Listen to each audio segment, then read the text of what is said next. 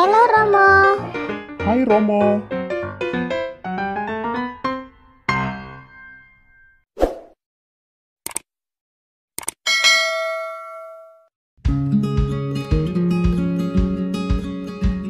Selamat malam Bapak Ibu, Saudara-saudari yang terkasih dalam Yesus Kristus. Selamat berjumpa dengan saya Romo Alexander Erwin Santoso.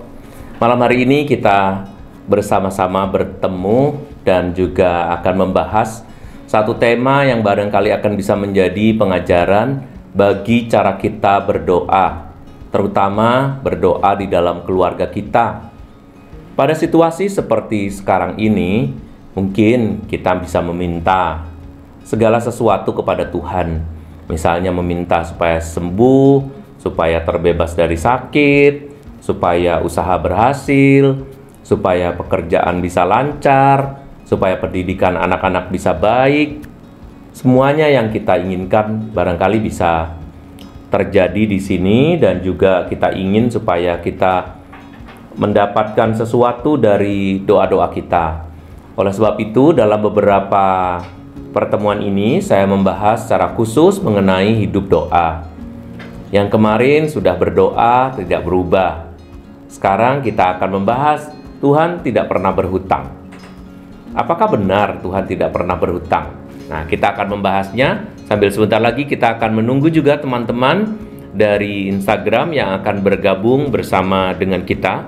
Dan saya ingin menyapa Anda dulu yang berada di YouTube dan juga di mana saja Anda sekarang ini sedang berada dalam situasi yang sama. Kita semua dalam situasi yang kurang lebih sama, yaitu situasi berjuang. Berjuang untuk melepaskan diri dari kesulitan karena pandemi, atau berjuang melepaskan diri dari kesulitan karena pekerjaan yang mungkin sedang sulit, masa ekonomi yang sedang mengalami situasi yang berat, atau barangkali sakit, ketakutan, terutama ketakutan ini ya. Dan kita tentu dalam situasi yang serba tidak jelas ini, kita bisa menjadi sangat rohani. Karenanya buat saya yang terpenting buat kita adalah bagaimana kita berusaha untuk berdoa dengan benar, berjuang dengan benar, dan mengatakan segala sesuatu dengan benar sesuai dengan apa yang Tuhan inginkan kepada kita. Nah, mari kita akan membahas, dan sekarang kita akan menunggu teman-teman yang ada di Instagram. Boleh dinyalakan. Saudara-saudari yang terkasih dalam Yesus Kristus, hari ini kita akan membahas mengenai Tuhan yang tidak pernah berhutang, dengan tanda tanya. Betul gak sih Tuhan itu punya utang gak sama kita? Kita punya harapan, kita punya keinginan, dan kita punya doa, kita punya permohonan yang kita minta, dan kita kadang-kadang mengharuskan Tuhan untuk menyelesaikan atau bahkan mengabulkannya. Marilah sebelum itu kita akan berdoa dulu. Mari saudara-saudari, Bapak Ibu, saya undang Anda untuk berdoa. Dalam nama Bapa dan Putera dan Roh Kudus. Amin. Allah Bapa yang Maha Baik, Engkau menghendaki agar kami mempunyai hubungan yang baik dengan-Mu, dengan Putramu, dengan Allah Roh Kudus. Kami percaya bahwa apa yang sudah Engkau buat dalam hidup kami adalah kebaikan. Kami percaya bahwa segala sesuatu yang terjadi dalam hidup kami adalah menurut rencana-Mu. Hanya kami kadang kurang sabar. Kami kurang sabar menanti jawaban-Mu. Kami bisa saja menuntut, tetapi Engkau selalu sabar dan penuh kasih pada kami. Berkati acara kami agar dapat berjalan dengan lancar, dan berikanlah kepada kami kebijaksanaan, supaya kami bisa mempunyai telinga seorang murid yang belajar dari kerahiman dan kebaikan-Mu. Demi Kristus, Tuhan dan pengantara kami. Amin. Bunda Maria, doakanlah kami. Dalam nama Bapa dan Putera dan Roh Kudus. Amin. Selamat malam semuanya. Kita akan berbicara mengenai sesuatu yang ternyata kalau saya lihat ada begitu banyak situs-situs atau ada begitu banyak pendapat mengenai Allah yang berhutang ini. Tapi sebutannya untung saja sangat positif ya, bahwa Allah tidak pernah berhutang. Tapi kita sekarang mau mempertanyakan dulu ya. Jangan-jangan kita ini juga mempunyai tanggapan yang sama mengenai keadaan Allah. Apakah Allah memang pernah berhutang kepada kita, atau apakah kita lahir langsung berpiutang? Berpiutang itu berarti Allah mempunyai hutang pada kita. Nah, kalau kita setiap hari berdoa, tentu saja doa kita itu didasarkan pada suatu anggapan tanpa sadar, ya. Kalau kita berdoa tentu saja menghadirkan Allah, tentu saja kita punya pendapat, kita punya keterangan, kita sudah punya ilmu, kita sudah punya pikiran, kita punya opini, dan kita punya pengetahuan mengenai Tuhan yang kira-kira seperti itu. Apakah benar Tuhan itu seperti yang kita bayangkan? Sehingga kalau kita berdoa, kadang-kadang kita memaksa Tuhan juga. Misalnya kita berdoa, setelah membuat tanda salib lalu kita berdoa, Bapa yang Maha Baik, aku ingin bahwa Engkau sungguh-sungguh menolong kami. Sungguh Tuhan, hanya pertolongan-Mu Tuhan yang bisa membantu anakku agar bisa segera lulus dari sekolahnya. Karena hari ini anakku sedang ujian. Tuhan bantulah dia, karena hanya dengan Engkau saja Tuhan. Aku percaya Engkau dapat mengabulkannya. Saat ini juga Tuhan, kabulkanlah doa kami, supaya dan seterusnya. Anda berdoa sesuatu yang baik. Meminta itu sesuatu yang baik, ya. Meminta itu sesuatu yang suci, dan meminta tidak pernah menjadi sesuatu yang buruk. Tetapi dalam pikiran kita itu loh yang penting. Saya ingin membahas apa yang sebetulnya muncul dari pikiran kita nanti bisa berbuah sesuatu yang akan mempengaruhi cara hidup beriman kita. Bapak, Ibu, dan saudara-saudari yang terkasih, ingatlah bahwa keyakinan kita itu akan mengarahkan kita pada tindakan. Keyakinan kita akan mengarahkan tindakan seperti ini, seperti itu. Kalau kita tidak, misalnya ya, pada saat itu kita masih merasa, wah tadi lupa, doanya ada yang kurang. Saya belum berdoa salam Maria ini kayak baru 2 kali deh. Saya ulang aja lagi daripada hati saya nggak enak. Nah, gini nih. Nanti ketika kita sudah mengulang doa 3 kali, oh ternyata kenapa saya nggak berdoa kepada Santo Yosef ya? Kenapa saya nggak berdoa kepada ini, kenapa saya lupa berdoa ini? Waduh, jangan-jangan anak saya ini. Kita selalu berurusan. Semakin dalam kita berurusan dengan Tuhan, semakin dalam pula pikiran kita berputar-putar mengenai situasi dan pengalaman kita dengan Sang Maha Rahim. Tetapi apakah Allah seperti yang kita pikirkan? Itu masalahnya. Apakah Allah seperti Allah yang kita maksudkan? Apakah Allah seperti yang kita pahami sekarang ini?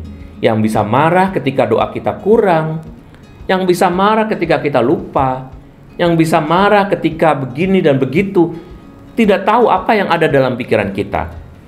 Tetapi sebaliknya, bagi orang-orang yang sudah memenuhi kriteria menurut dia, sudah berdoa dengan jelas, sudah ikutan novena, sudah yang ke-9 kali ke Gua Kerep, sudah ke-9 kali ke Lourdes, atau sudah 9 kali ke mana lagi, ke Gua Maria yang kita kenal ya. Ini saya cuma salah satu sebutan aja. Ke Sendang Sono, atau mungkin ke Jatiningsih, atau mungkin ke tempat-tempat yang lebih sulit lagi dan lebih mahal. Apakah dengan begitu saya sudah merasa bahwa sudah memenuhi bayangan saya bahwa Tuhan sudah seharusnya sekarang ini kira-kiranya saya sudah layak menerima hadiah? Pernah mendapat satu pandangan seperti itu ya. Dalam situasi yang resesi seperti ini, ada seorang yang berkata kepada saya begini, Romo, itu sekarang situasinya lagi berat. Di satu perusahaan, semua lagi diperiksa Romo. Sebab dicari Romo, siapa yang kira-kira bisa dijatuhin, siapa kira-kira yang bisa dikeluarin, karena lagi banyak PHK. Saya mah percaya Romo, kalau Ibu A, pasti suaminya nggak bakal dikeluarin. Kenapa Ibu percaya? Iya, doanya aja kenceng banget. Pastilah Romo, dia doa aja bisa lebih banyakkan dia bisa pagi, dia bisa sore ikut misa lagi, dia bisa ikut misa 2 kali. Masa sih Tuhan ngebiarin dia seperti itu? Nggak mungkin lah. Kalau kayak saya tuh, saya doanya sehari aja kadang-kadang males-malesan. Kalau dia mah pasti bagus. Saya memikirkan ada apa yang mungkin ada suatu hal yang baik yang bisa kita tangkap di sini, bahwa setiap orang yang berdoa tentu akan mendapat semacam reward dari Tuhan, ya kan? Masa sih Tuhan tidak memberikan kepada anak-anaknya sesuatu yang baik? Itu kan ada dalam kitab suci juga gitu. Tetapi adalah pantas kita pertanyakan, apa iya kalau orang doanya lebih banyak, lalu Tuhan harus, kata harus ini yang penting, harus melepaskan dia dari semua kesulitan? Apa benar kalau misalnya dia berdoa lebih rajin, lalu dia akan diluputkan dari sesuatu yang mungkin yang tidak diinginkan? Kita tidak tahu dan kita tidak bisa menolak apapun yang Tuhan berikan. Kalau memang ternyata diberikan, bukankah penyakit misalnya seperti COVID-19 ini tidak pernah memilih orang baik dan juga orang yang jahat? Tidak pernah memilih orang yang suam-suam kuku atau orang yang rajin dalam hidup berimannya. Mengapa kita menuntut Tuhan untuk mengabulkan doa misalnya? Hal ini tentu saja kita bawa karena kita mempunyai pengetahuan seperti itu. Tampaknya kita mempunyai semacam pandangan. Tampaknya, saya ulangi ya, tampaknya kita mempunyai suatu pandangan bahwa Allah punya hutang sama kita kalau kita rajin berdoa.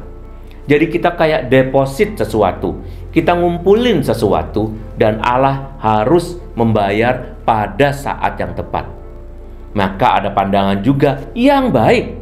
Jadi yang saya sebutkan di sini seperti berdoa dengan rajin, seperti ikut novena, seperti doa-doa yang wajib di jam-jam tertentu misalnya, itu semua baik. Semua baik dan semua Katolik. Tapi yang saya ingin bahas sekarang ini bukan doanya, tetapi pandangan di balik semua itu. Bahwa Allah mempunyai hutang dengan kita. Karena aku sudah begini, maka aku harus mendapatkan seperti yang saya inginkan. Tahukah kita bahwa berharap itu tidak sama dengan menuntut? Orang yang berharap itu semoga bisa, semoga dapat, semoga dikabulkan, tetapi tidak harus dikabulkan dan tidak harus dapat. Orang yang berharap itu adalah orang yang percaya, itu benar. Percaya pada apa? Percaya pada cinta kasih Allah sendiri. Dan tentu saja hal ini akan membuat kita terus-menerus bisa berharap kepada Tuhan. Saya mengerti kalau kita mempunyai pandangan ini dalam hidup kita sehari-hari. Tetapi sekali lagi, apakah kita mempunyai hak untuk menyatakan bahwa Tuhan mempunyai hutang atas doa-doa kita?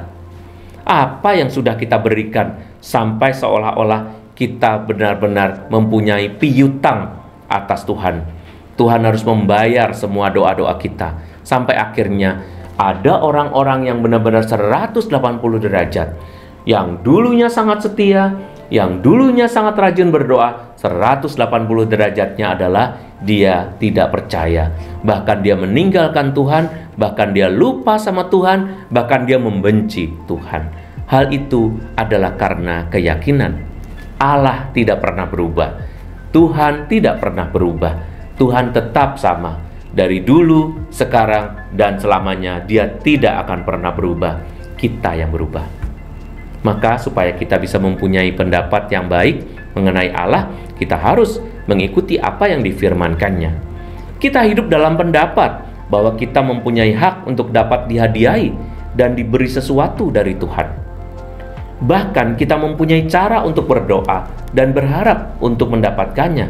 Di mana kesalahannya? Apakah kita merasa bahwa perkataan Tuhan mengenai janji-janjinya itu adalah semacam hutang? Mungkin kita berpikir bahwa yang disebut janji itu adalah hutang. Kalau Tuhan mempunyai janji, maka Tuhan berhutang pada saya. Karena ada pandangan pepatah yang mengatakan janji adalah utang. Tetapi janji adalah hutang itu adalah antar manusia dengan manusia. Tetapi apakah Tuhan berjanji itu sama dengan Tuhan berhutang? Bapak, Ibu, saudara-saudari sekalian yang terkasih, sebelum saya membuka ayat-ayat yang nanti akan membeberkan atau menjelaskan kepada kita siapa Tuhan bagi kita, mari kita lihat hidup kita ini dulu. Kita hidup dari kasih karunia belaka. Tidak ada orang yang hidup dari kekuatannya sendiri. Orang yang paling berkuasa pun orang yang paling membutuhkan bantuan. Seorang pemimpin misalnya, seorang raja, atau seorang presiden sekalipun, mereka yang paling berkuasa, semakin butuh para penggawa, atau para prajurit, atau para pengawal, atau para bodyguard. Sedangkan semakin rendah orang, bahkan kalau orang semakin dia tidak punya arti dari pandangan manusia, dia paling tidak membutuhkan pertolongan banyak orang. Bukankah saya mengatakan yang benar? Kepemimpinan paling tinggi membutuhkan suatu kabinet, membutuhkan suatu kekhususan orang-orang ahli yang akan siap membantunya. Tetapi hidup kita ini adalah karunia dari Tuhan. Besar kecil, hebat tidak hebat, menurut pandangan dunia, kita hidup karena kasih karunia. Kita hidup bukan karena jasa-jasa kita. Kita hidup bukan karena kebaikan-kebaikan kita. Sehingga kita harus mendapat anugerah Allah karena kebaikan-kebaikan itu. Kebaikan itu sebelum kita lakukan sudah diberikan rewardnya oleh Allah. Kalau mau memakai bahasa reward, kita tidak pernah mempunyai pandangan mengenai pahala. Harus diingat itu. Kita hanya mempunyai pandangan kasih karunia. Nah, kasih karunia ini diberikan kepada kita sebagai karisma-karisma yang akan membuat hidup kita semakin berguna bagi orang lain, semakin memberkati orang lain. Kalau ada istilah Allah berjanji, itu artinya Ia mengatakan suatu jaminan yang dikeluarkan dari cintanya sendiri kepada kita, bukan karena suatu kewajiban yang muncul dari perjanjian Allah dengan manusia. Perjanjian Allah dengan manusia terjadi di masa lalu bersama dengan orang-orang Israel, dan itu bisa kita baca dalam perjanjian lama. Tetapi sesudah Yesus lahir di dunia ini dan dia berbicara mengenai banyak hal, ditambah dengan para rasulnya, lalu perjanjian itu berubah. Siapa yang tidak melihat aku tetapi percaya, maka dia akan diselamatkan.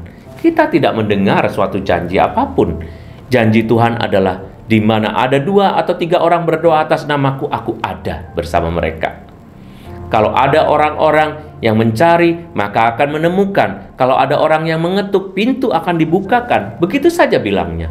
Tetapi tidak pernah ada pernyataan, kalau kamu meminta berarti aku berhutang kepadamu. Tidak ada satu ayat pun. Mari kita baca 1 Korintus 4 ayat 7. Sebab siapakah yang menganggap engkau begitu penting? Dan apakah yang engkau punyai yang tidak engkau terima? Dan jika engkau memang menerimanya, mengapakah engkau memegahkan diri seolah engkau tidak menerimanya? Coba Anda bayangkan, kita menerima semua yang kita punya ini, saya terima. Saya menerima baju ini juga dari seseorang. Saya menerima celana ini dari seseorang. Saya menerima meja yang kita pakai sekarang untuk berbicara mengenai Tuhan ini juga diberi oleh seseorang. Saya menerima laptop, saya menerima kacamata ini, saya menerima hidup saya. Bahkan setiap hari saya diberi makan oleh umat melalui banyak hal. Luar biasa, Tuhan menyempurnakan semuanya. Saya tidak mempunyai pekerjaan bisnis apapun juga, tetapi Tuhan mencukupkan. Saya adalah salah satu dari contoh para misionaris dan juga para biarawan-biarawati yang bekerja dengan tenaga tetapi tidak berbisnis, tetapi mendapatkan sesuatu dari Tuhan secara berlimpah-limpah, cukup untuk satu hari ini.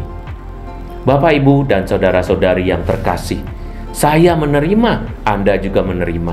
Jadi siapa yang tidak merasa bahwa dia menerima, bahwa dia menganggap bahwa apa yang dia punyai sekarang ini adalah sesuatu yang dia punya karena dia bekerja, karena dia rajin, karena dia berdedikasi, karena dia kreatif, karena dia dipilih, karena dia posisinya tinggi, karena dia berkuasa, dan seterusnya. Kita mempunyai kuasa juga ditolong oleh banyak orang. Tidak ada sesuatu pun yang kita punya yang tidak diberikan. Maka berterima kasihlah pada cara dunia dan cara Tuhan mengatakan mengenai menerima berkat ini. Hutang muncul dari suatu yang dipinjam, dipakai, dan dimohonkan dari seseorang. Orang minta mau minjem uang, minjem barang, dan seterusnya. Dia mengatakan mau pinjam, berarti dia berhutang. Dan kemudian muncul suatu kewajiban bagi orang yang menggunakan hutang itu untuk membayarnya. Kalau gitu mari kita bertanya, apa sih hutang Allah itu pada Anda? Apa yang Allah pernah minta dari Anda? Apakah Allah pernah meminta Anda untuk berdoa ini dan berdoa itu? Tidak pernah. Romo, pernah dong. Langsung muncul dalam pikiran Anda. Allah kan meminta kita berdoa, doa Bapa kami. Coba Anda lihat doa Bapa kami, isinya seperti apa. Dan doa itu, apakah harus Anda ucapkan 10 kali, 20 kali, jam 3, jam 6, jam 12, dan seterusnya? Tidak pernah muncul itu. Kalimat-kalimat yang barusan itu muncul dari pengalaman orang-orang yang dikasihi oleh Tuhan, para santo santa yang kemudian mengalami kebaikan Tuhan dan memunculkan suatu habit atau kebiasaan yang baik menurut saya dan dari yang Tuhan katakan pada saya. Ini pengalaman pribadi para santo santa adalah berdoa 1 kali Bapa kami, 1 kali Salam Maria, 3 kali Salam Maria, 1 kali Bapa kami, dan seterusnya. Tetapi Allah tidak pernah meminta kita untuk berdoa dan kemudian menjadi semacam menimbulkan hutang. Doa bukan suatu deposit seperti uang, tetapi doa lebih dulu bagi kita itu menimbulkan perasaan damai sejahtera. Karena Allah yang berdiam, Allah yang tidak kelihatan, sekarang dapat kita jumpai dan kita temukan ketika kita berdoa. Apa yang bisa Anda tuntut dari Allah? Allah tidak pernah berhutang apapun kepadamu.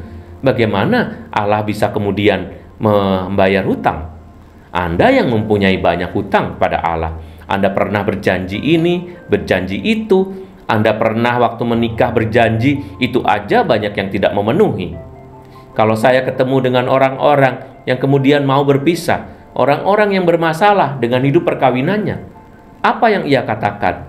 Romo, saya kayaknya udah gak kuat. Nggak kuat apa? Nggak kuat, suami saya begini, istri saya begitu. Saya nggak bisa lagi, Romo. Ini saya kayaknya harus berhenti deh. Berhenti kenapa? Ya karena saya nggak bisa lagi menerima dia. Dia soalnya begini dan begitu. Loh, yang berjanji dulu tuh siapa? Yang memakai mic dulu keras-keras itu siapa? Anda menyebut namamu sendiri. Romonya aja nggak ngapa-ngapain kok. Makanya nggak ada dalam gereja Katolik Romo nikahin orang tuh nggak ada. Itu Romo yang udah keluar yang nikahin orang. Kalau ada adalah Romo meneguhkan pernikahan seseorang. Maka ketika berjanji, orang berjanji atas namanya sendiri. Saya, Andreas, misalnya Adi, mengambil engkau, Andrea, Ida, sebagai istri saya. Dan saya berjanji seumur hidup saya. Kamu yang berjanji. Kamu yang berhutang. Hutang atas apa? Hutang yang kamu janjikan. Tetapi itu pun tidak kita penuhi. Padahal kamu berjanji dalam nama Allah. Jadi siapa yang berhutang dan sering tidak membayar? Temukan sendiri dalam nama Anda masing-masing.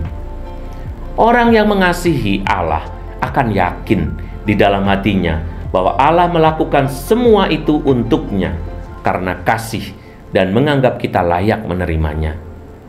Padahal menurut dunia ini, kalau dihitung-hitung kita itu orang yang nggak pernah layak. Siapa yang bisa membuat orang menjadi layak? Memangnya hidup kamu suci banget? Memangnya kita make a holy thing, membuat sesuatu yang suci setiap saat? Tidak kan? Apakah Anda selalu melakukan apa yang Tuhan berikan? Tidak, itu hanya seasonal kok. Kami pun para imam tidak selalu melakukan apa yang baik. Kami bisa marah, kami bisa jengkel, kami bisa ingkar janji juga. Udah janji jam 7 datang, janjinya nggak tahu jam 7:04. Kalau umat diomel-omelin, kalau romonya yang datang telat, oh maaf ya, saya datang terlambat padahal acara perkawinan misalnya. Tetapi romonya selalu dimengerti oleh umatnya. Jadi siapa di dunia ini yang tidak pernah berdosa? Siapa di dunia ini yang benar-benar layak menerima? Tidak ada. Tetapi Tuhan yang melayakkan kita menerima berkat. Udah ngutang, tadi saya bilang ya kan? Anda berhutang karena Anda berjanji macam-macam sama Tuhan. Saya dan Anda sama. Saya juga berjanji menjadi imam yang baik. Saya juga berjanji kepada banyak orang bahwa saya akan memberikan segala sesuatu yang baik selama masa imamat saya selama saya hidup. Tetapi saya tidak selalu bisa memenuhi janji saya. Berarti saya masih mempunyai hutang. Malah menuntut hutang dari Allah harus dibayar. Allah bayar apa? Mungkin Anda halu ya.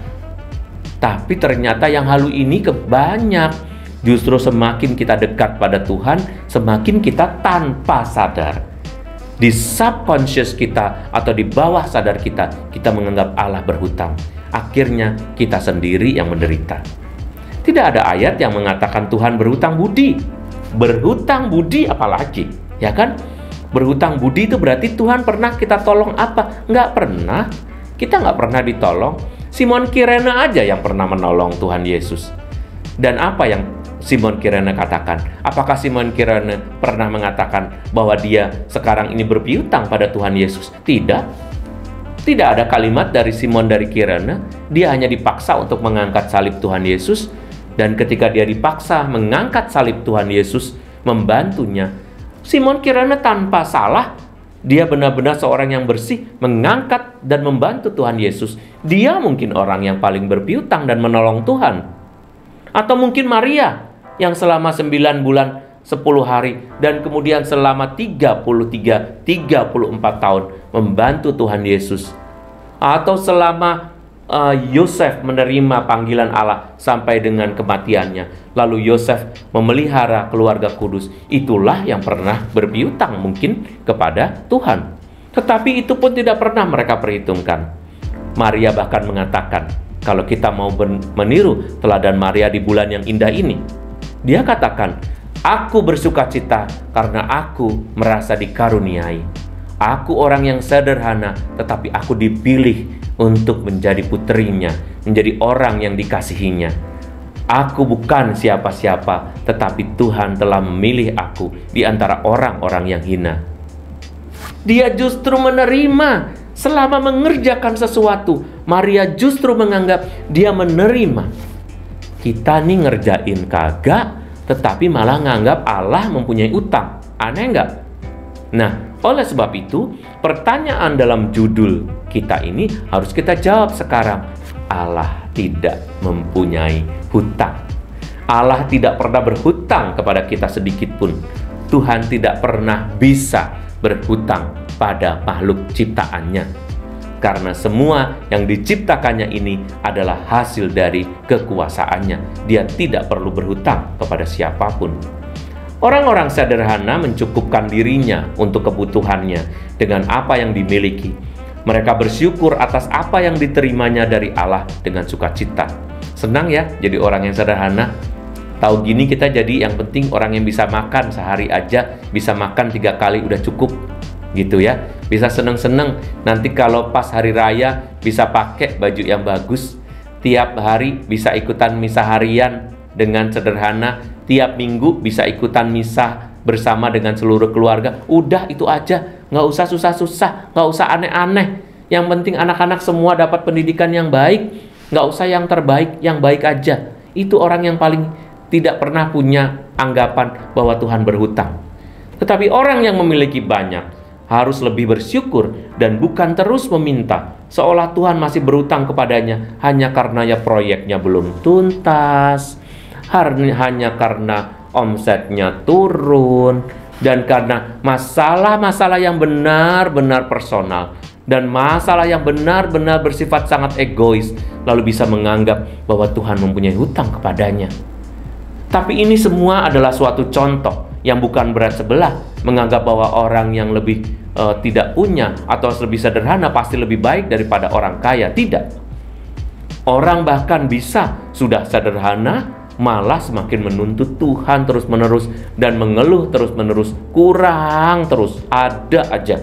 Udah dikasih makan kurang, udah dikasih HP masih kurang, udah dikasih internet gratisan masih kurang. Semua masih kurang. Yang diminta itu ya apa? Sudah kita tidak punya apa-apa, masih miskin iman lagi, apa sih yang mau kita pertahankan? Ketika kita mempersembahkan sesuatu pada gereja dan pada orang miskin serta berbuat baik, Mungkin ini ya, mungkin bisa ya kita lihat ya, bener nggak ya? Oh, kalau saya kasih kolekte sama Tuhan nih, gitu. Kalau saya kasih donasi sama orang-orang miskin, kalau saya kasih perhatian pada anak-anak yang cacat, pada anak-anak yang ada di panti-panti, pada orang tua yang ada di panti-panti jompo, pada orang-orang miskin yang berkekurangan, disitulah saya menabur, lalu saya bisa menuai.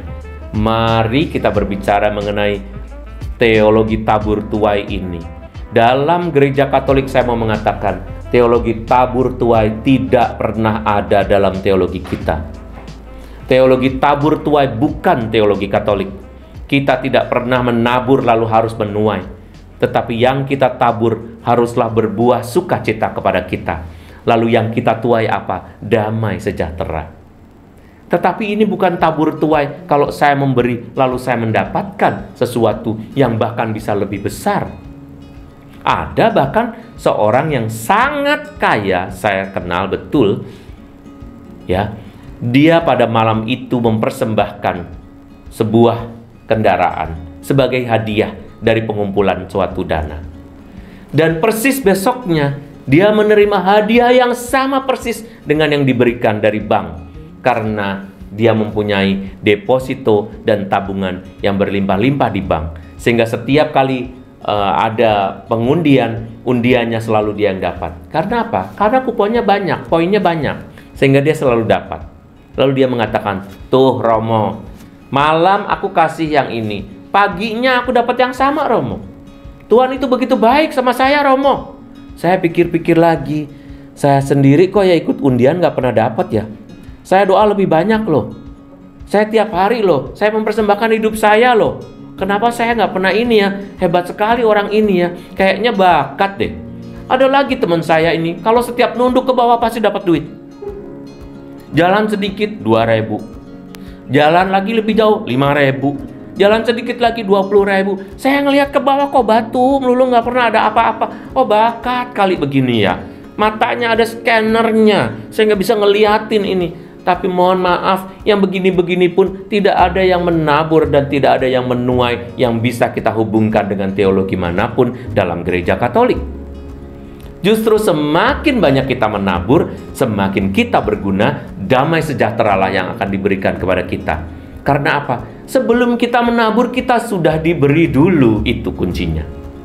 Jadi jangan mengatakan bahwa kita menabur itu sebagai langkah pertama, kita menuai sebagai langkah kedua. Peristiwa kedua, sebelum kita menabur ada langkah yang sudah beribu-ribu kita terima, yaitu langkah itu Tuhan sudah memberi ini, memberi itu, memberi talenta, memberi keluarga, memberi makan, memberi teman-teman, memberi kesempatan, memberi pekerjaan, memberi pengetahuan, memberi sekolah dan lain sebagainya, sampai kamu bisa seperti sekarang ini. Itu adalah taburan dari Tuhan. Terus kalau saya hebat seperti sekarang ini, ngomong sampai berbusa-busa kepada Anda, terus saya bilang saya sudah menabur, masa saya tidak menuai? Hello, saya juga disekolahkan oleh kongregasi saya. Hello, saya juga dibantu oleh orang tua saya, disekolahkan. Hello, saya juga sudah diberi pelayanan dibaptis, dibantu oleh guru-guru saya sudah diberi kesempatan ini, kesempatan itu yang jumlahnya meliputi keseluruhan umur saya. Terus saya kasih sekarang ini, saya menabur dan saya nunggu menuai. Hello, kemana aja selama ini? Gitu kan pertanyaannya. Bapak, Ibu, dan saudara-saudari yang terkasih, 1 Tawari 29 ayat 14b mengatakan, sebab padamulah segala-galanya, dan dari tanganmu sendirilah persembahan yang kami berikan kepadamu. Lihat, Tawari mengatakan ya, 1 Tawari 29 ayat 14b mengatakan bahwa apa yang sudah kita berikan pun itu sebetulnya berasal dari Allah. Apa yang kita persembahkan, duit yang kita persembahkan itu adalah gaji. Gaji itu berasal dari mana? Gaji itu berasal dari kesempatan yang diberikan Allah kepada kita. Saudara-saudari yang dikasihi oleh Tuhan, kita tidak pernah mendapatkan sesuatu tanpa kita menerimanya dari Allah. Bahkan yang kita persembahkan itu sebagian kecil. Lah kok, kalau pakai bahasa Jawa, Lah kok dari persembahan yang kecil itu kita kok berharap sesuatu sampai kita merasa wajib Tuhan harus bayar saya. Saya sudah memberikan persembahan, itu kata orang Farisi. Tuhan, aku bersyukur, aku bisa mempersembahkan uang lebih banyak. Aku tidak seperti orang berdosa itu. Aku tidak seperti ini. Aku memberi ini. Tuhan katakan, kamu jangan belagu kayak orang ini. Orang ini merasa hidupnya sudah di atas angin. Tapi aku berkata bahwa janda miskin itu memberikan seluruh hidupnya, seluruh penghasilannya. Itu adalah pemberian yang istimewa bagiku, karena dia memberikan segala sesuatunya dari kekurangannya, sedangkan orang ini memberikan dari kelebihannya. Dengan mengharapkan upah, sebetulnya kita menurunkan martabat kita dari anak menjadi hamba. Orang bayaran, orang bayaran yang hanya dihargai sebatas hutang. Jadi kalau kita ngarep terus, kita sebetulnya itu bukan anak Tuhan. Kalau ngarep terus tuh anak Tuhan tidak pernah berharap itu. Kalau sebagai anak nggak pernah minta pun kita ini. Kalau orang tuanya benar, kalau orang tuanya benar-benar orang tua yang baik, anak nggak minta dikasih. Waktu kita belum bisa ngomong, mak kita, bapak kita semua udah kasih makan tepat pada waktunya. Kita ngek sedikit udah tahu. Kita ngok sedikit udah tahu, oh ini mau beol, oh ini melapar, oh ini minum, oh ini mau ini. Nggak pakai ngomong mereka sudah tahu. Kalau kita dianggap sebagai anak-anak Allah, maka sebagai anak-anak Allah, orang tua kita, Bapa kita yang di surga tentu sudah tahu apa yang kita berikan pada hari ini adalah sesuatu dari kemurahannya, dan Dia akan memberikan jauh dari apa yang kita kira. Karena ini bukan seperti suatu jual beli, ini bukan seperti suatu bayaran. Allah memberikan kita lebih dari apa yang kita buat, asalkan kita percaya bahwa kita adalah anaknya. Jangan mau turun tahta, kita adalah anak-anak Tuhan. Galatia 4 ayat 7. Jadi kamu bukan lagi hamba, melainkan anak. Jikalau kamu anak, maka kamu juga adalah ahli waris oleh Allah.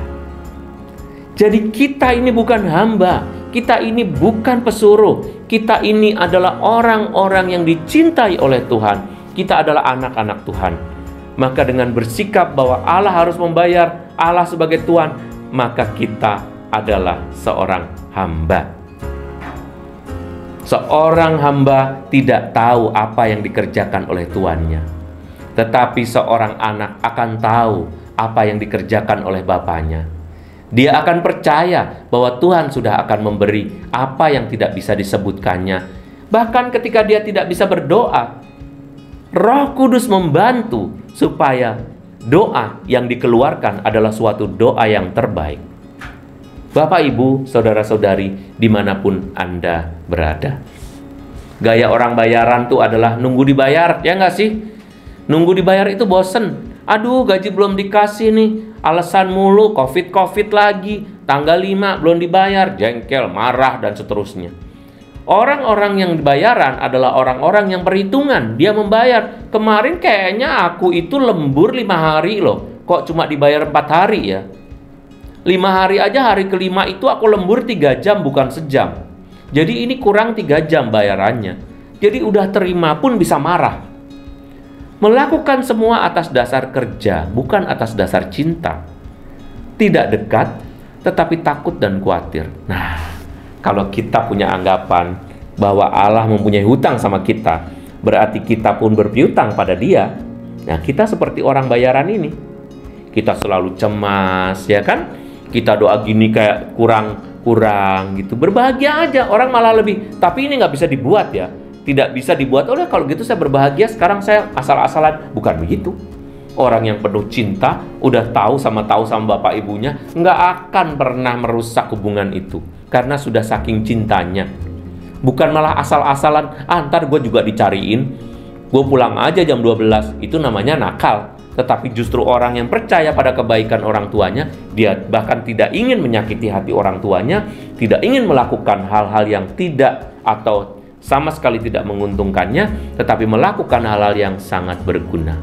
Dan dia tidak hidup dari ketakutan, tetapi hidup dari kebaikan-kebaikan Tuhan. Nah, kita itu gayanya hidup memang begitu. Gayanya hidup memang gaya bisnis gitu ya. Jadi kita tuh hanya mengasihi orang yang mengasihi kita. Kalau kita nggak tahu bahwa orang ini mengasihi saya atau tidak, maka saya nggak akan memberi pada dia.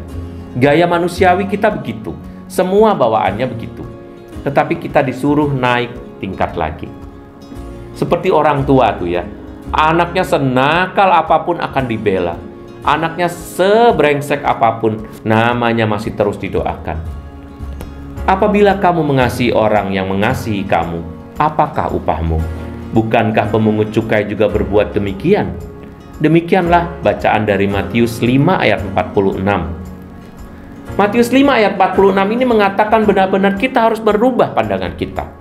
Bahkan dalam situasi yang paling sulit, dalam situasi di mana tampaknya doa-doa kita tidak terjawab, kita harus benar-benar mengatakan dan percaya kepada Tuhan, aku percaya penuh kepadamu, sebab engkau selalu memberikan yang terbaik bagiku. Tetapi ini bukan karena hutang, tetapi karena cintamu kepadaku, dan karena aku mencintaimu. Lepaskan diri Anda dari semangat berbisnis dengan Allah. Jangan takut, doa-doamu seringkali saya bahas juga. Intensi-intensimu tolong diperbaiki. Coba dilihat, apakah benar intensi-intensi kita itu berangkat dari kepercayaan akan cinta kasih Tuhan, sehingga doa-doa yang begitu detil, begitu panjang, dan begitu diulang-ulang, seolah-olah Tuhan itu adalah Tuhan yang tidak mengerti, maka kita ini sedang berbisnis dengan Tuhan. Tuhan sudah mengerti sebelum kamu mengucapkannya. Mintalah rasa syukur. Mintalah perasaan dicintai, mintalah perasaan dihargai oleh Tuhan, dan mintalah damai sejahtera seperti Maria. Sukacita membawa damai sejahtera, sehingga apabila kita berhubungan dengan Tuhan dalam doa-doa kita, maka doa-doa kita akan dibalas dengan sesuatu yang baik. Roma 8 ayat 15. Sebab kamu tidak menerima roh perbudakan yang membuat kamu menjadi takut lagi, tetapi kamu telah menerima roh yang menjadikan kamu anak Allah. Oleh roh itu kita berseru, ya Aba, ya Bapa. Janji Allah adalah janji hidup kekal, menjadi anak-anak Allah, anak-anak yang diselamatkan. Bapak, Ibu, dan saudara-saudari yang terkasih, mari kita hilangkan kebiasaan kita menganggap Allah mempunyai urusan dengan kita, hubungan dengan kita dalam hutang piutang. Allah tidak pernah berhutang kepada kita, kita yang selalu mempunyai janji yang belum ditepati. Maka tepatilah itu. Dan sekarang, jika Anda mempunyai pertanyaan-pertanyaan, silakan memasukkannya dalam komentar-komentar di sana atau chat di sana, chat room. Teman-teman di sini akan membantu Anda untuk membacakannya buat kita. Semoga Tuhan memberkati kita. Demikianlah inspirasi dari saya. Silakan kalau ada yang mau bertanya.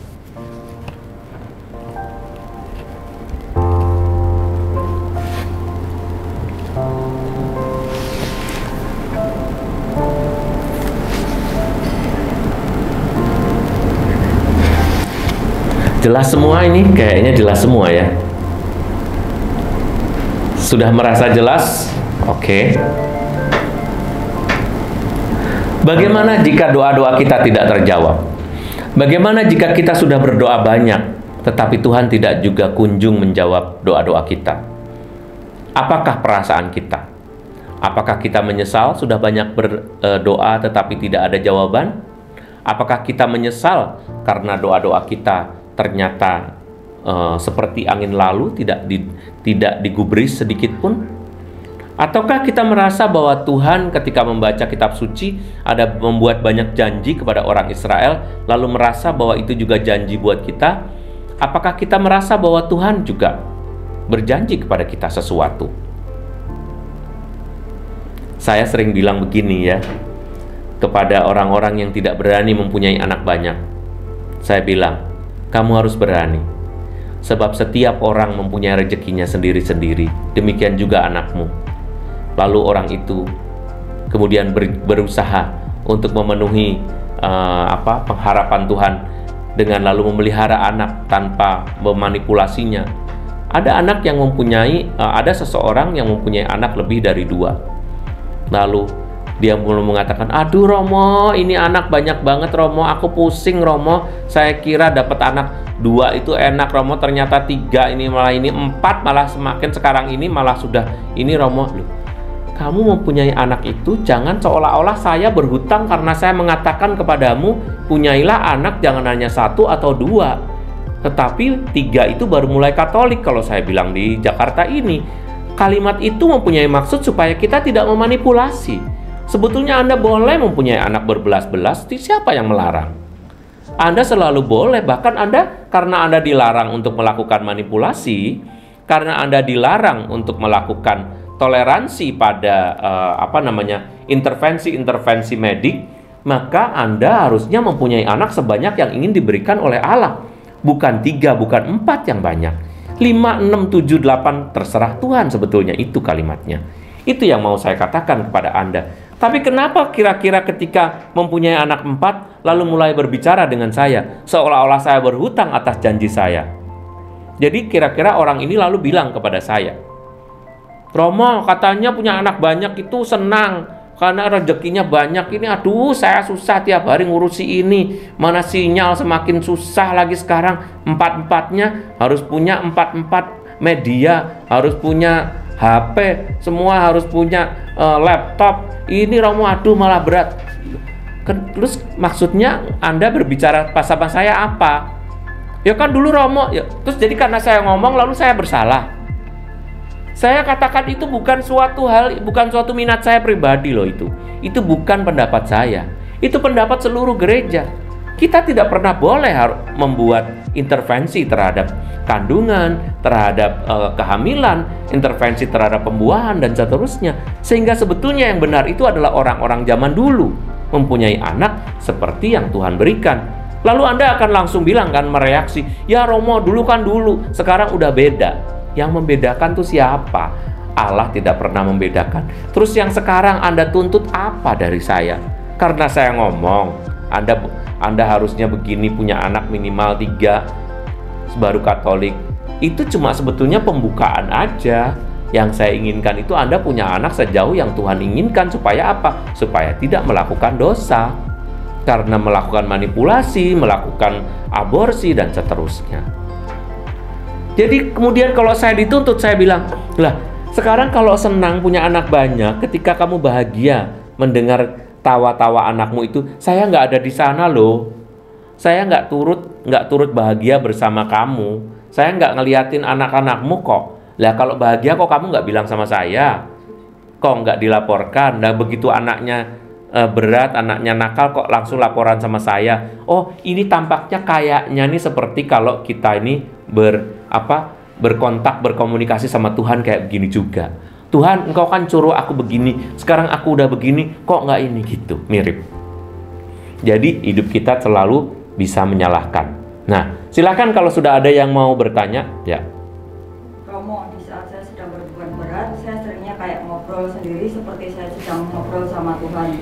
Apakah itu bisa dikatakan doa? Karena doa seperti biasanya malah sulit, malah lebih nyaman kayak ngobrol gitu. Ya, jadi ketika saya berbeban berat, pertanyaannya, saya pengennya malah ngobrol sama Tuhan. Ngobrol itu nggak kayak doa. Saya mau bilang ya, doa yang benar secara pribadi loh ini. Bukan doa di depan umum, bukan doa publik, bukan doa dalam komunitas. Yang benar itu yang ngobrol itu tadi. Doa itu bukan Bapa kami, Salam Maria, Bapa kami, Salam Maria, doa koronka.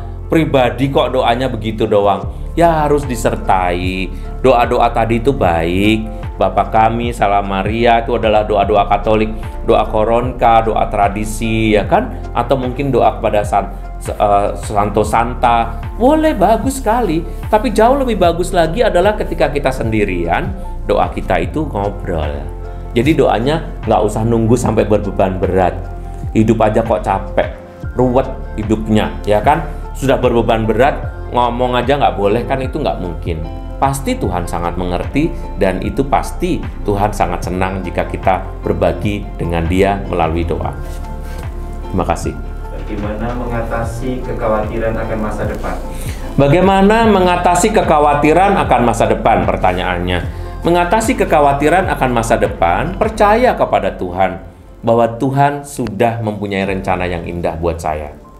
Ketika hati saya dipenuhi dengan kekhawatiran, maka apa yang saya lakukan bisa salah. Yang saya katakan bisa sesuatu yang aneh atau mungkin tidak wajar. Karena apa? Karena basicnya adalah ketakutan. Tetapi ketika kita merasa nyaman, ketika kita santai, apa yang kita lakukan adalah sesuatu yang menyenangkan. Kita sadar, kita bisa melakukan dengan tenang. Maka yang kita lakukan bisa menjadi betul. Karena sebetulnya hidup itu tidak berubah. Perasaan hati kita aja yang berubah-ubah gitu. Kalau kita justru berubah, yang berubah adalah tindakan kita.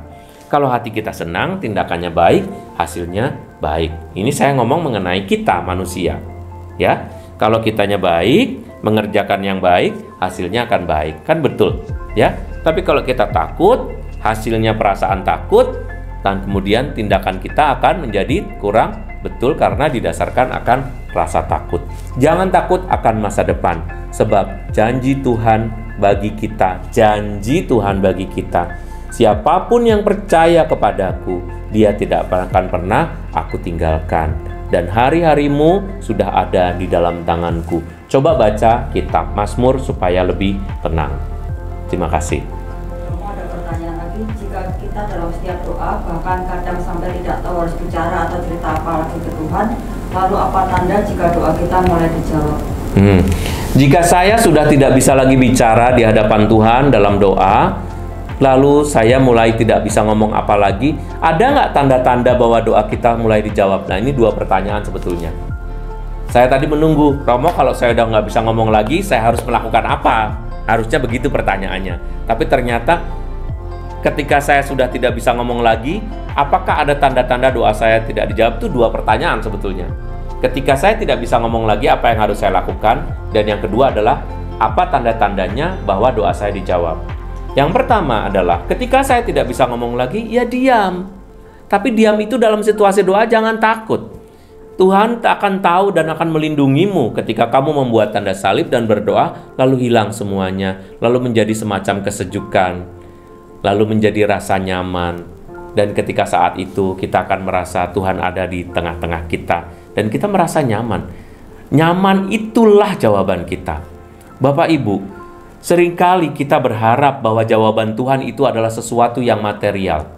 Jawaban Tuhan harus sesuatu yang nyata. Suatu kelulusan, suatu kesembuhan, suatu kesuksesan, sesuatu yang kita harapkan terjadi dalam cerita hidup kita. Tidak. Sesuatu yang dijawab oleh Tuhan kadang-kadang adalah berupa damai sejahtera. Mari kita cari itu, dan mulai saat ini ambillah itu sebagai yang utama dalam hidupmu, sebagai suatu titik permohonan. Terima kasih. Bagaimana mengetahui yang kita mau dalam hidup adalah juga yang Tuhan mau buat kita? Seperti misalnya saya mau melayani sebagai biarawan, tahu dari mana bahwa ini adalah kehendak Tuhan dan bukan kehendak saya sendiri? Ya, bagaimana kita tahu bahwa apa yang saya lakukan atau apa yang saya alami ini sebagai suatu kehendak Tuhan? Misalnya saya pengen jadi biarawan tadi, gimana caranya supaya saya tahu bahwa itu memang kehendak Tuhan? Tidak ada yang bisa tahu karena panggilan itu misteri. Tetapi yang tahu adalah hati kita. Kalau saya nih misalnya ditanya, Romo kok tahu sih bahwa Romo itu dipanggil tuh ada suara atau gimana? Enggak pernah Bapak Ibu. Saya merasa istimewa di hadapan Tuhan bukan karena saya mendapatkan suara-suara, enggak pernah. Tapi ketika saya memilih sesuatu, hati saya merasa tenang dan saya merasa mantap. Disitulah saya tahu Tuhan bekerja. Karena dia tinggal di dalam hati yang mantap, tinggal dalam hati yang penuh sukacita. Dan dengan demikian, sampai hari ini, puji nama Tuhan, saya tidak pernah mempunyai alternatif hidup yang lain. Saya selalu merasa bahwa inilah panggilan Tuhan. Jadi jawaban Tuhan di mana? Ya dalam perasaan-perasaan itu. Ketika saya merasa mantap, ketika saya merasa happy, ketika saya tidak takut, dengan demikian Tuhan mau mengatakan, iya, aku setuju. Ini memang kehendakku. Begitu ya. Jadi jangan berharap sesuatu yang sangat indrawi gitu. Terima kasih. Romo dan tanya, kadang saya berpikir kalau punya anak banyak itu nggak pede dengan kemampuan saya mendidik dan mendampingi. Karena bagi saya anak adalah titipan yang berharga yang harus saya bertanggungjawabkan kepada Tuhan. Apakah saya keliru, Romo? Nah, ini memang ingin mempunyai anak banyak, tetapi tidak pede karena takut tidak bisa mengurusi dengan sesuatu yang baik. Alasan manusiawi seperti ini menafikan atau mengesampingkan atau ignoring kekuatan Tuhan. Saya makanya tidak pernah mengatakan banyak anak, banyak rejeki, itu kan kuno. Tetapi saya selalu mengatakan, setiap orang yang dilahirkan di dunia ini mempunyai rezekinya sendiri-sendiri. Kayak kita aja, Anda punya anak 5, Anda punya anak 20. Yang ini cita-citanya itu, yang ini cita-citanya itu, yang ini cita-citanya apa sendiri-sendiri, yang ini jadi ini. Nah, itu artinya setiap anak mempunyai rezekinya sendiri, karena sekarang setiap orang itu mempunyai kontak langsung dengan Tuhan. Jangan takut mempunyai anak baru. Beranak baru artinya anak yang ketiga, keempat, kelima, dan seterusnya.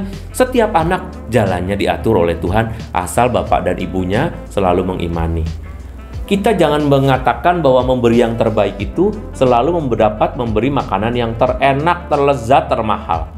Sekolah yang terbaik, termahal, dan seterusnya.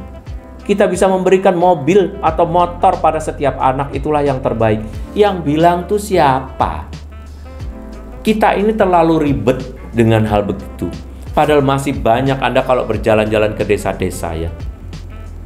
Masih sangat banyak orang yang mempunyai anak banyak dan mereka tetap happy. Mungkin Anda merasa kasihan ya, karena anaknya banyak, anaknya disuruh menggembala sapi, menggembala kambing. Loh, mereka menggembala itu belum tentu nggak sekolah loh.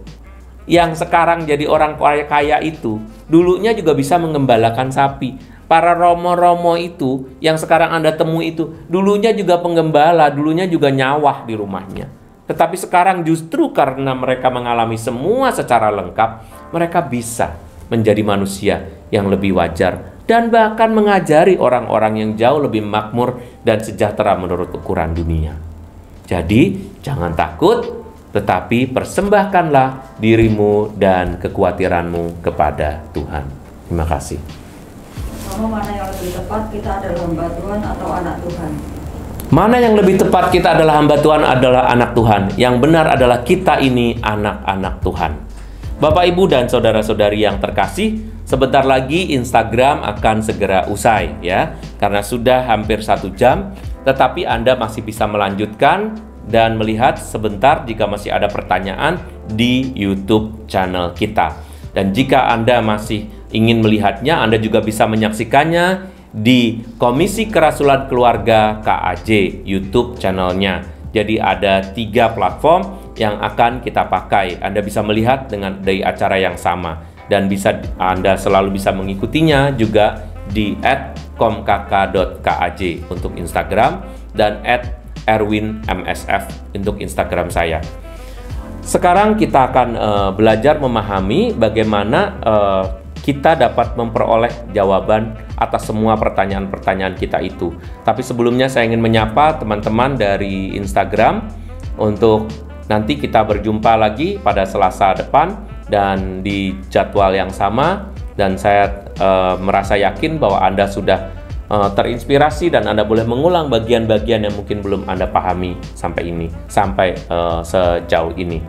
Tadi mohon diulang pertanyaannya. Apakah kita ini hamba Tuhan atau anak Tuhan? Tadi saya mengatakan bahwa kita ini lebih pada anak ya. Sebagai anak Tuhan, saya berarti berharap bahwa saya ini dicintai dan memahami Tuhan yang mencintai saya. Tetapi kalau saya sebagai hamba Tuhan melulu, kalimatnya hanya terus-menerus hamba, maka hamba adalah orang-orang yang bayaran, orang-orang yang tidak berguna, betul. Di hadapan Allah kita orang-orang yang tidak berguna, kita orang-orang yang ya nggak ada satu titik debu pun kita bukan. Tetapi justru kita sebagai anak, kita merasa tahu bahwa siapa Bapa kita, dan kita adalah anak yang selalu dicintai oleh Allah kita sendiri. Jadi kita lebih pada anak-anak Tuhan. Meskipun kedua ini bisa dipakai sebagai anak dan juga sebagai hamba. Tetapi kalau hamba lebih melihat dalam konotasi sebagai orang yang tidak berguna di hadapan Allah yang Maha Kuasa. Terima kasih. Ada lagi? Satu pertanyaan lagi mungkin. Romo, bagaimana mendidik anak-anak selalu takut akan Tuhan, terutama yang remaja sangat sulit diajak untuk baca firman atau berdoa? Iya. Bagaimana mendidik anak-anak, terutama para remaja, supaya mereka bisa lebih rajin berdoa dan juga membaca firman. Bapak Ibu, mari kita berdoa untuk anak-anak remaja kita. Saya mendengar ada banyak anak-anak remaja, beberapa, nggak banyak banget ya, tapi ada beberapa anak-anak remaja yang merasa bermasalah dengan misa online. Jangan bermasalah dengan misa online ya. Karena misa online itu adalah misa juga, asal tidak tapping misalnya. Tapping itu artinya misalnya jam 11 Anda mengikuti misa itu, nanti kemudian jam 12 sudah selesai misanya. Itu namanya misa tapping. Kalau Anda mengikuti misa ya misanya yang real time. Cara mengajarnya adalah menjadi contoh sambil kita ngomong terus menerus ya. Anak remaja itu masih membutuhkan teladan dan masih membutuhkan contoh dari orang tuanya. Begitu saya kira yang terpenting buat kita. Semoga kita bisa mengajarkan kepada anak-anak hal-hal yang baik dan bahkan yang terbaik dalam hidup kita. Baik. Romo, jadi doa kepada Tuhan boleh meminta hal-hal yang kesannya remeh karena untuk kebaikan hal-hal sehari-hari itu ya Romo? Boleh meminta hal-hal yang remeh untuk sehari-hari, sangat boleh. Jadi meminta, tetapi meminta tidak sama dengan menuntut Tuhan untuk mengabulkannya, ya. Kalau meminta Tuhan untuk mengabulkannya, seolah-olah kayak berhutang tadi. Saya sudah berdoa nih, tinggal kamu mengabulkannya. Nah, kayak saya sudah ngasih nih, tinggal kamu bayar. Ya enggak gitu ya. Tapi berikanlah kepada Tuhan itu kesungguhan kita. Tinggal kita berikan, nanti ngobrol sama Tuhan, nanti hati kita damai. Mungkin Tuhan membalasnya bukan seperti apa yang kita inginkan caranya, tetapi Tuhan membalasnya itu dengan cara yang lain, dengan cara yang baru, sehingga kita bisa melakukan yang terbaik buat Tuhan. Yang maksudnya yang sangat bisa membantu kita untuk menjadi lebih dekat dengan Dia melalui doa, meskipun doa kita barangkali tidak dijawab seperti yang kita inginkan. Terima kasih. Menurut Romo, kita adalah anak Tuhan, tetapi kalau berdoa seringkali kita menyebut diri sebagai hamba. Bagaimana Romo? Nah, tadi sudah ditanyakan, kita menyebut anak Tuhan, tapi kita sering menyebut diri sebagai hamba. Ya tinggal switching aja. Dua-duanya itu betul. Kita ini adalah hamba Tuhan, dalam arti kita ingin merendahkan diri di hadapan Tuhan. Tetapi kita sebagai anak Tuhan dalam arti kita percaya diri bahwa Tuhan mengasihi kita. Jadi kedua hal itu boleh kita pakai. Hamba Tuhan sebagai tanda kerendahan hati, anak Tuhan sebagai keyakinan bahwa kita dicintai. Baik, saudara-saudari yang terkasih, kita sampai di pemungkas acara kita pada live streaming ini. Saya berterima kasih pada partisipasi Anda. Tolong Anda sampaikan, Anda copy linknya, dan Anda berikan kepada teman-teman jika banyak teman-teman membutuhkan. Juga di dalam episode-episode yang sebelumnya, kita akan membahas juga nanti di episode selanjutnya hal-hal yang terkait dengan hidup berkeluarga, hidup beriman kita. Dan saya yakin Anda diberkati karena Tuhan sendiri yang berbicara. Saya hanya membantu, saya hanya ingin menginspirasi Anda dengan apa yang saya pahami, dengan apa yang saya pelajari, dengan apa yang dengan kerinduan ingin saya bagikan kepada Anda. Mari kita berdoa. Dalam nama Bapa dan Putra dan Roh Kudus. Amin. Bapa yang baik, terima kasih Engkau telah memberikan semua kebaikan-Mu melalui pelajaran hari ini. Kami belajar untuk percaya. Kami tahu Tuhan, Engkau bukan Allah yang berhutang pada kami, tetapi kami banyak mempunyai hutang kepadamu. Kami tapi Engkau cintai. Engkau melupakan semua dosa-dosa kami, bahkan Engkau melunaskan semua hutang-hutang kami karena cinta-Mu. Betapa bahagia kami mempunyai Allah seperti Engkau. Terima kasih ya Tuhan. Terima kasih ya atas penerangan ini. Terima kasih karena iman kami tidak sia-sia. Kami masih berdoa untuk para remaja yang mempunyai kesulitan untuk beriman dalam situasi seperti sekarang ini. Berkati para remaja agar mereka semua tetap dapat menemukan Engkau dan Sang Firman sejati yang hidup dalam pengalaman mereka sehari-hari, dalam perjuangan hidup mereka. Dan semoga penyakit dan sakit penyakit dalam pandemi ini dapat segera berakhir dan kami dapat beraktivitas kembali. Tuhan Yesus, Allah yang menyembuhkan, Allah yang menjadi guru dan sahabat kami, berkati kami dan semoga semuanya menjadi kebaikan demi nama-Mu yang hidup bersama Bapa dan Roh Kudus, Allah sepanjang segala masa. Amin. Semoga Tuhan beserta kita, sekarang dan selama-lamanya. Allah yang baik memberkati kita, dalam nama Bapa dan Putra dan Roh Kudus. Amin. Salam terima kasih, sampai jumpa, Tuhan memberkati.